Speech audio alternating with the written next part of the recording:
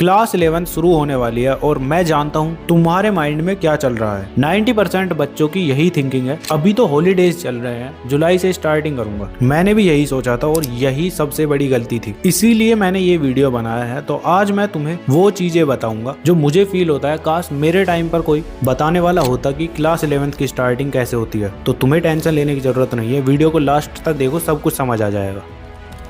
So hi everyone, this is Mukul Bhardwaj और आज की वीडियो में हम बात कर रहे होंगे how to start class 11th। चाहे तुम कोई सी भी स्ट्रीम से हो, साइंस, कॉमर्स या आर्ट्स, ये वीडियो तुम्हारे लिए ही है। देखो, मैं तुम्हारे बड़े भाई जैसा हूँ। वीडियो में 5 ऐसे पॉइंट्स बताऊंगा, अगर तुमने इनको अच्छे से फॉलो कर लिया तुम्हें यूट्यूब पर कोई और वीडियो देखने की जरूरत नहीं है। बट उन 5 पॉइंट्स से पहले तुम्हारी ग्राउंड रियलिटी जान लेते हैं। क्लास 11th में तुम्हारे लिए सडन चेंजेस क्या आएंगे। जैसे 8th के बाद तुम 9th में आए थे ना, ऐसे ही अभी तुम्हें थोड़ा 11th में भी एडजस्ट करने में टाइम लगेगा। बिकॉज क्लास 10th में तुम्हें बहुत सारे लोगों ने सपोर्ट किया, बट जैसे ही क्लास 11th की बात आती है तो अब तुम्हें खुद रिस्पॉन्सिबिलिटी लेनी पड़ेगी। बिकॉज जहां पे तुम्हारा क्लास 10th का सिलेबस 1x था, अब यहाँ पे तुम्हारा सिलेबस 3x हो चुका है। क्लास 11th के कॉन्सेप्ट तुम्हारे डायरेक्टली क्लास 12th बोर्ड्स और कॉम्पिटेटिव एग्जाम्स से रिलेटेड है। और अगर तुम पहले 3 महीने अच्छे से नहीं पढ़ पाए ना, तो फिर तुम्हारा बैकलॉग बनेगा और जैसे जैसे बैकलॉग बनता जाएगा तुम्हारा सर दर्द होगा और क्लास 11 तुम्हें पहाड़ जैसी लगने लगेगी। अब उस पहाड़ को हम इन 5 पॉइंट्स की हेल्प से तोड़ रहे होंगे, जिसके अंदर पॉइंट नंबर 1 है तुम्हारा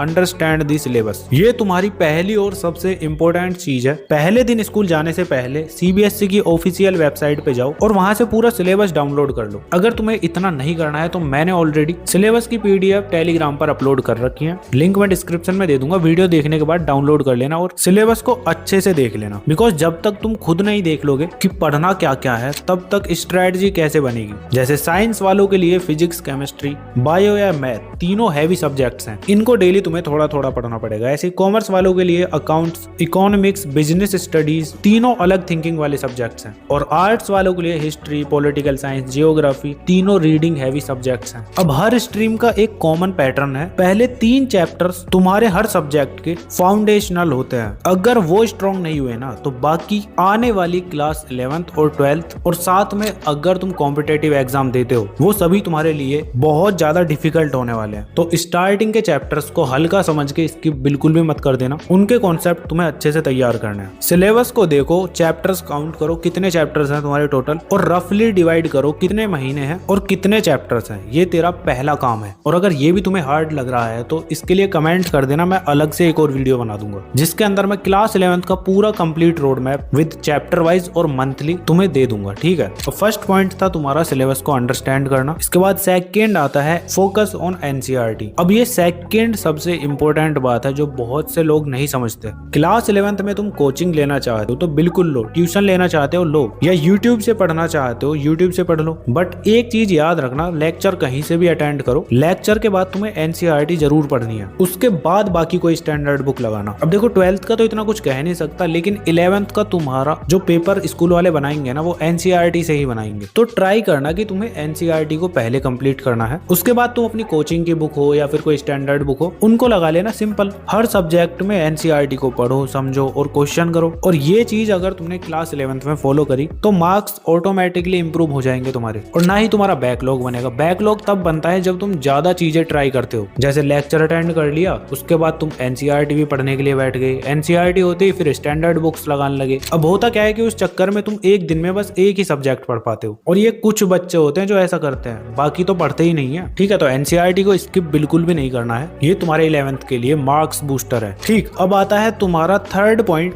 डोंट फॉरगेट नोट्स मेकिंग। अब ये थर्ड मोस्ट इंपॉर्टेंट थिंग है और क्लास 11th में तो ये मोस्ट अंडररेटेड है, नोट्स बनाना पहले दिन से। और मैं जानता हूँ बहुत ज्यादा बोरिंग चीज है ये, ऐसा मुझे भी लगता था। बिकॉज 11th की स्टार्टिंग में ना तो मैंने कोई नोट्स बनाए थे, ना एनसीईआरटी वगैरह को फॉलो किया था। बट होता क्या है कि क्लास 12th में मैं सीरियस स्टडी करता हूँ और उसके साथ साथ जेई की प्रिपरेशन भी। तो 12th तो मेरी एकदम अच्छे से कंप्लीट हो गई थी, बट 11th वीक होने की वजह से जेई मेंस में मेरे अच्छे मार्क्स नहीं आते। फिर मैं लेता हूँ ड्रॉप, 6 महीने में पूरी क्लास 11th को कंप्लीट कर लेता हूँ। और उनमें सबसे बड़ा रोल प्ले मेरा नोट्स ने किया। बिकॉज पूरे सिलेबस के टोटल 92 चैप्टर्स थे क्लास 11th के और 12th के मिलाकर। अब उन 92 चैप्टर्स को मैंने नोट्स के थ्रू एग्जाम से 1 या 2 दिन पहले भी कंप्लीट रिवीजन किया हुआ है। अब ये कोई नॉर्मल बात नहीं है 92 चैप्टर्स 1 से 2 दिन में रिवाइज करना। बट तुम्हें इतना नहीं करना है, तुम्हें मैं ऑलरेडी मिल चुका हूँ ना। तो क्लास 11th को स्टार्ट स्टार्टिंग से ही तुम ठीक से लेकर चलोगे तो नोट्स तुम्हारे रिवीजन के लिए बहुत ज्यादा इंपॉर्टेंट होते हैं। अब जेईई मेंस तो मेरा क्लियर हो गया था, एडवांस नहीं हो पाया था। अब ये स्टोरी मैं तुम्हें कभी किसी और वीडियो में बताऊंगा। अभी बात क्लास 11th की करते हैं, ठीक है। अब आता है तुम्हारा point number 4, first 3 months strategy. अब ये तुम्हारी फोर्थ और सबसे ज्यादा इंपॉर्टेंट है, बिकॉज फर्स्ट 3 मंथ में तुम थोड़ा सा सीरियस हो जाओ। मैं ये नहीं कह रहा कि घंटों घंटों की स्टडी करो, डेली बस 3 घंटे की सेल्फ स्टडी कर लो। एक एक सब्जेक्ट अपना पकड़ो 1-1 घंटे के लिए और बस थोड़ा थोड़ा पढ़ लो। जैसे साइंस स्ट्रीम है तुम्हारे पास तो 1 घंटा तुम फिजिक्स पढ़ो, 1 घंटा केमिस्ट्री और 1 घंटा बायोलॉजी या फिर मैथ्स। ऐसे कॉमर्स और आर्ट्स वाले अपने सब्जेक्ट्स को उठाएंगे। अब ये जो फर्स्ट 3 मंथ का बेस होगा ना, या तुम फाउंडेशन भी बोल सकते हो, ये तुम्हारा क्लास 12th में भी बहुत ज्यादा रोल प्ले करने वाला है। बिकॉज क्लास 12th के कुछ कॉन्सेप्ट में 11th के भी बेसिक कॉन्सेप्ट्स होते हैं। तो तुम कभी भी इस वीडियो को देख रहे हो, अप्रैल में देख रहे हो, मई में, जून में, तुम्हें अगले 3 महीने का कंप्लीट रोड मैप तैयार करना है, जहां रोजाना तुम 2 चीजें करोगे। जो तुम्हारे स्कूल में पढ़ा रहे हैं उसको घर आके रिवाइज करो